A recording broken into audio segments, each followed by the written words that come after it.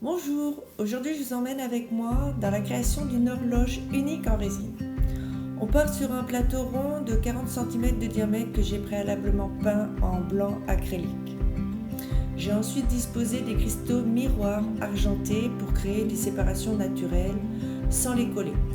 Ça, c'est peut-être une erreur de ma part, on va le voir par la suite. Première étape, une coulée de résine très claire, c'est un vert clair qui va me servir un petit peu de base. Je viens légèrement recouvrir les cristaux pour qu'ils s'imprègnent et tiennent dans la composition. Ensuite, on passera aux autres couleurs avec le turquoise qui est très lumineux. J'adore cette couleur.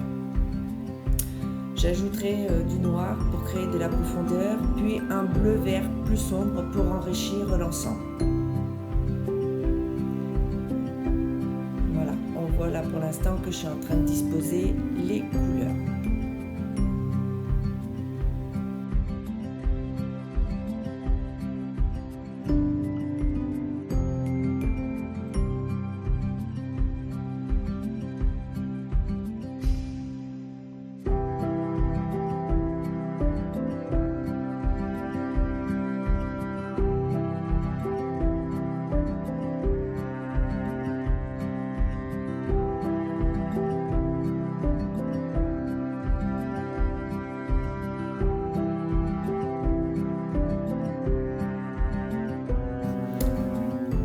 Avec le reste de résine, je réalise un dirty pour, mélange de plusieurs couleurs dans une même peau pour créer des effets de marbré. Je chauffe la résine pour faire apparaître les cellules et donner des effets vivants et mouvants.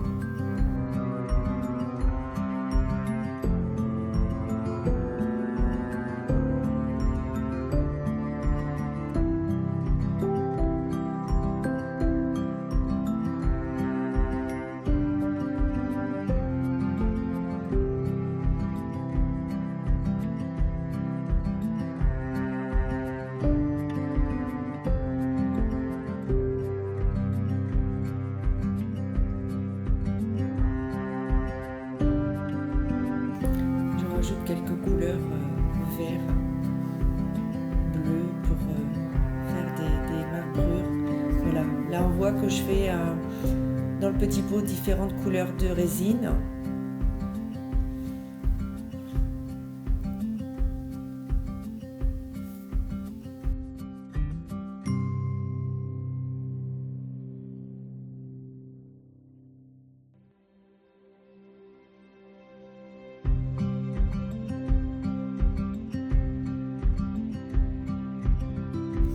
Je travaille un petit peu avec ma palette, mon fer à chaud.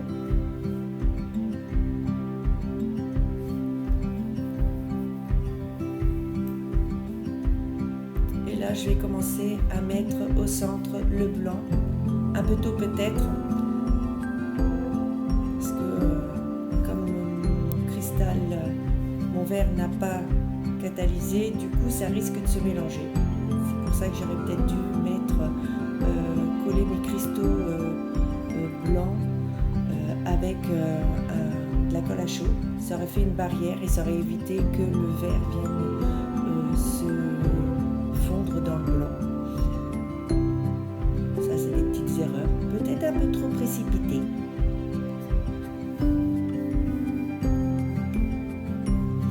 Je vais rajouter ensuite des petits cristaux beige et transparents pour rappeler le futur teinte marbrée qui est un beige. Donc là, j'ai fait bien du blanc. On va rajouter par la suite un beige pour donner un effet de marbre, pour un rendu doux et naturel.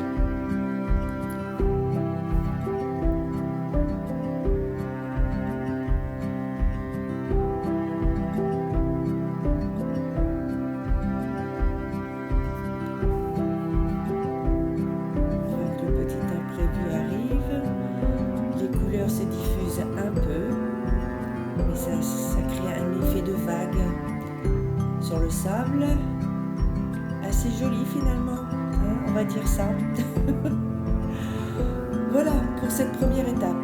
On laisse bien sécher, on va laisser catalyser comme il faut. Là, je travaille avec mon pistolet à chaud pour faire des effets de marbrure